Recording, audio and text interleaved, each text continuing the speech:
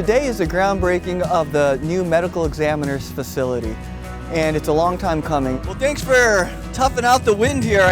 I have a little bit to say, unfortunately, and I'm second guessing that right now. It's a very exciting moment for us, and we're getting the new building.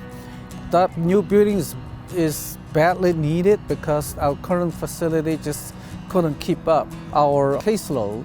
We're simply outgrown by the population. The other day, my admin and I were out. We said, why do we need this building? What's going on? So we said, well, let's take a field trip. We drove up, pulled up to the medical examiner's building and said, oh, this is why we need a new building. It's 3 portable buildings and a car trailer.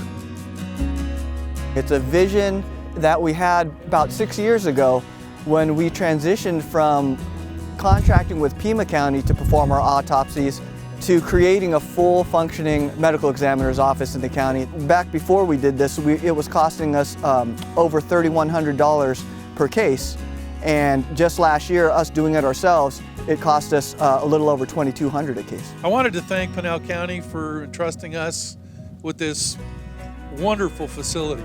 And I can tell you it's a wonderful facility because we've been involved in other examiners' offices, and this thing was done right. First of all, we have only 1 autopsy table. In the new building, we will have 3, which means that you can have 2 or 3 examinations happen simultaneously. Right now, that's impossible. Second of all, we need a state-of-the-art X-ray machine that we can X-ray the body for certain type of death.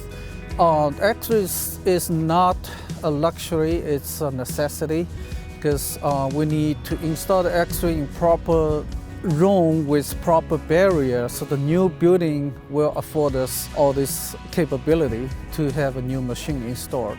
The trailer, that's a temporary storage facility. It's refrigerated.